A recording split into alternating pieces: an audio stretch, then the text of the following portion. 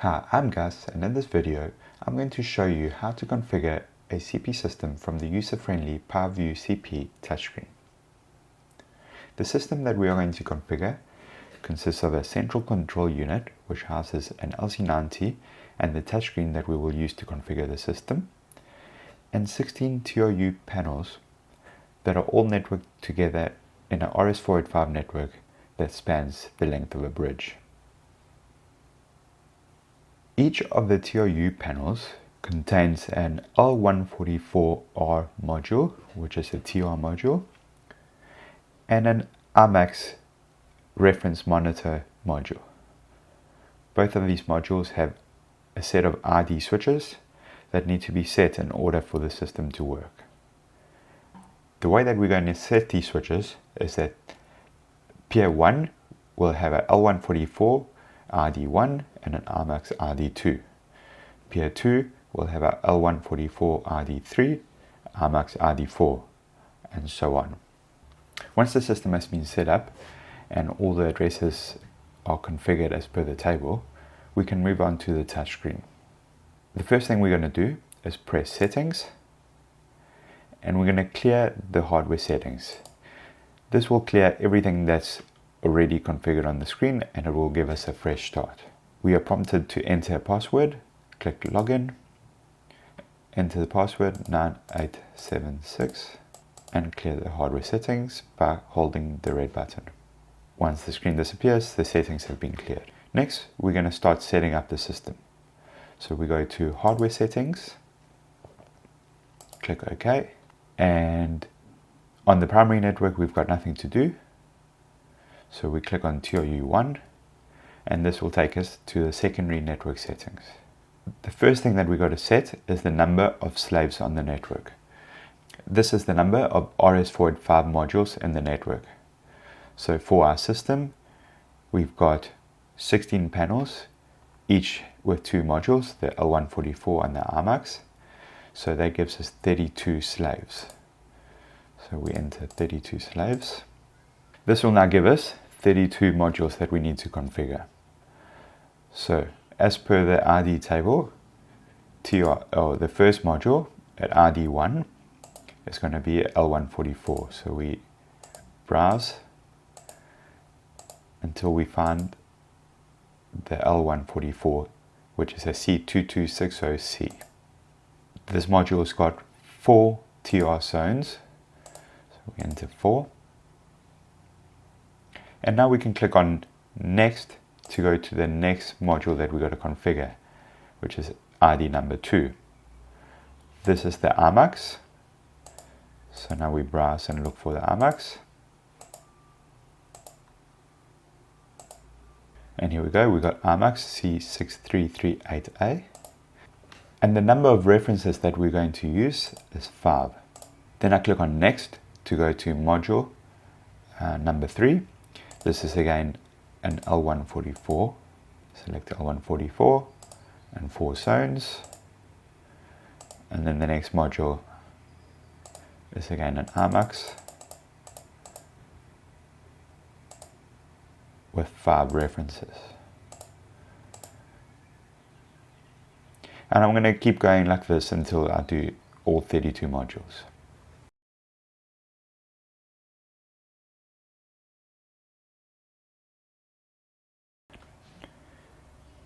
Once we get to module number 32, we're all done and we can push home.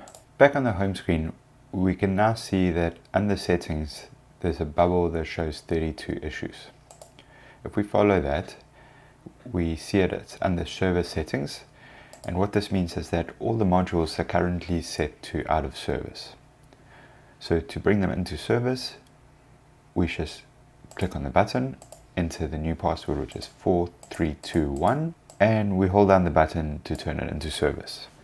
Initially, the button will be red to show us there's a comms error, but in a couple of seconds, it should turn green to tell us that the module is now online. Just to remind you, ID1 and 2 is the L144 and the IMAX module in TR or peer number 1. Then ID3 and ID4 is peer number 2, 5 and 6 is peer number 3, and 3132 as peer 16. So as more peers come online, you can turn them on by putting it into service. Now when we go to zones, we should be able to see for peer 1, zone 1 to 4, then peer 2 is out of service, peer 3 is out of service still, and so on. If we go to the test screen, if the system is not on, we can turn it on by holding the system on button. From the screen, we can do a reference snapshot test and read all the references, or we can do a single channel read and read a reference one by one.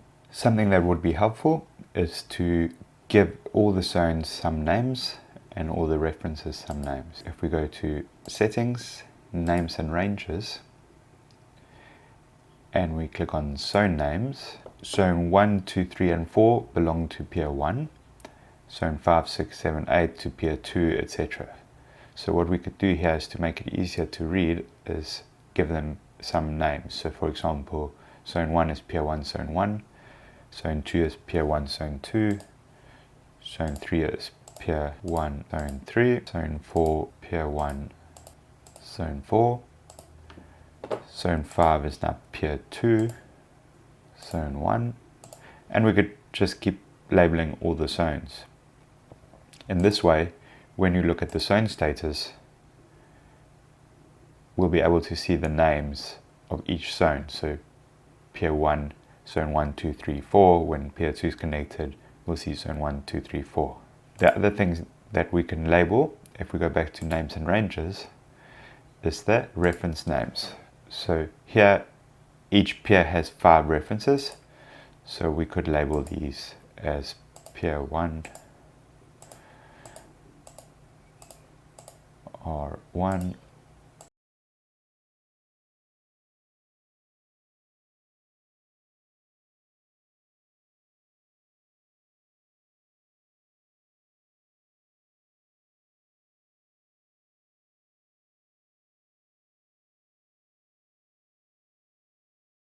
and this way, after we do a reference snapshot test and we look at the results, the peer reference numbers will be shown in the results screen.